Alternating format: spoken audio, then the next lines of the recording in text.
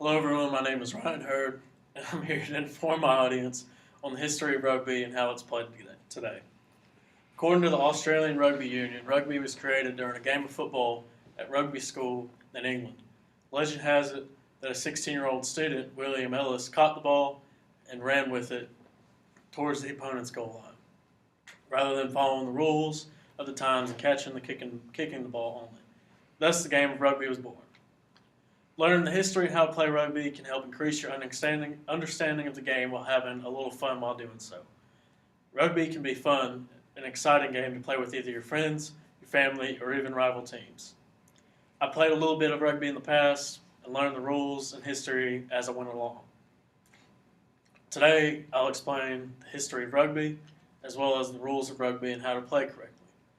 First thing first, let's get into the history of rugby. Rugby dates back until 1823 in England and has changed a lot since then. Running was introduced in 1841, passing was not, for instance.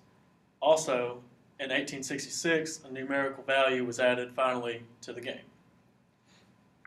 Tries received major recognition in the game as well if both teams scored the same number of goals or if no goals were kicked. The match was decided on the majority of tries to score. In 1992, the value of a try increased from 4 to 5 points. Now that we understand the history of rugby, let's dive into the rules of the game. The rules of the game are very simple and should be pretty easy to understand. According to the Australian Rugby Union, the aim of the game is to score more points than the opposition, obviously. Any player who's behind another player of his team may receive the ball, run with it, and try to score at the other end of the field. Players may also kick the ball to gain position or field position. 15 players can play with 7 subs.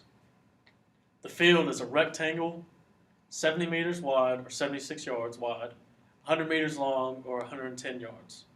At each end of the field, there's an area called the end goal. This is where the tries are scored.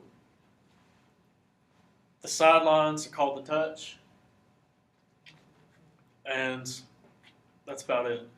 The offside rule is a general play. In a general play, is if a player is offside, he or she is in front of the teammate who's carrying the ball, and he is in front of a teammate who has played the ball.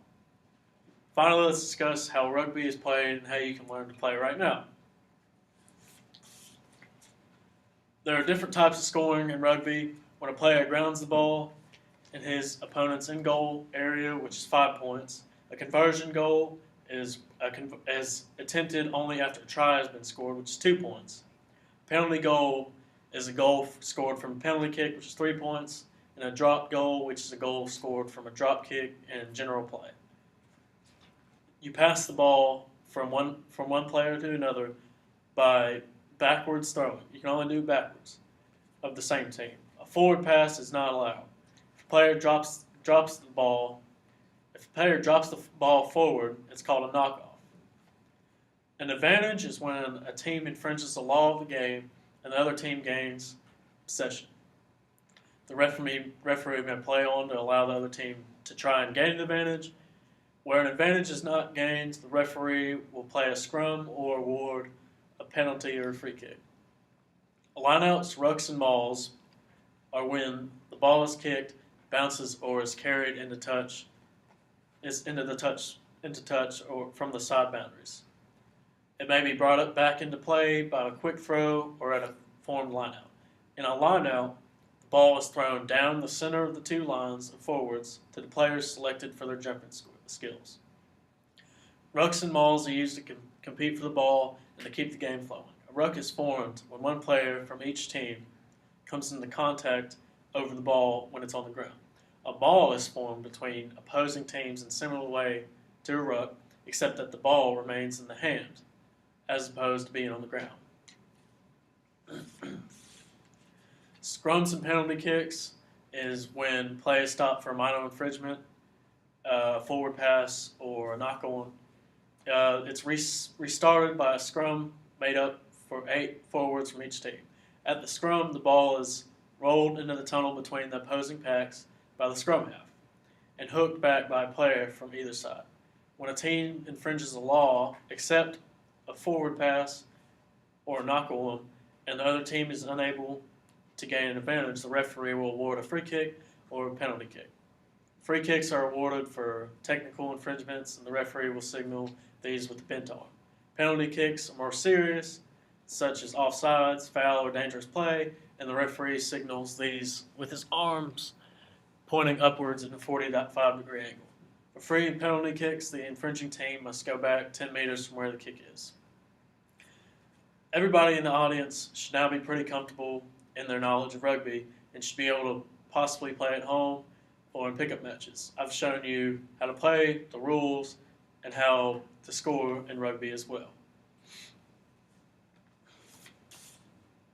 So next time you feel the urge to play a physically demanding sport, skip football and go straight for rugby. Rugby is a fun sport the whole family can get excited about.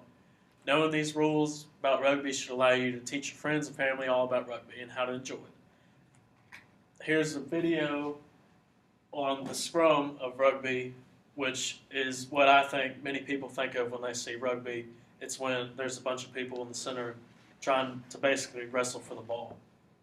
So, thank you all, and good luck in any future games of rugby you attend.